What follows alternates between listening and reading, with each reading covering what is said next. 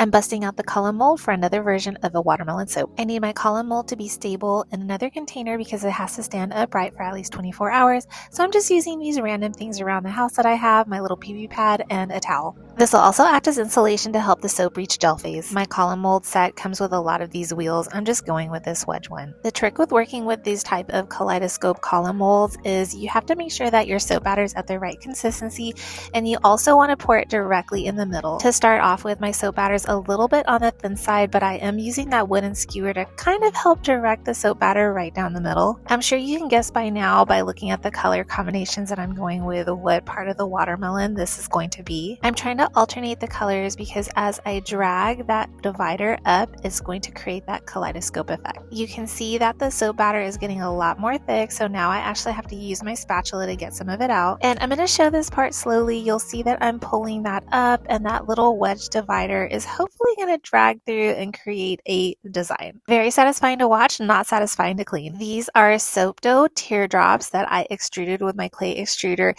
I had to let them dry out so they'd be firm enough to push all the way through, but this was the only way I could think of to get my watermelon seeds inside of that column. I waited about 24 hours before unmolding. Here's what it looks like. I'm trimming the sides, but that's optional. You don't have to do that. It's just to make it look nice. Technically, this could be a standalone soap and I could stop here, but I decided to jazz it up a little bit, so I'll post that tomorrow.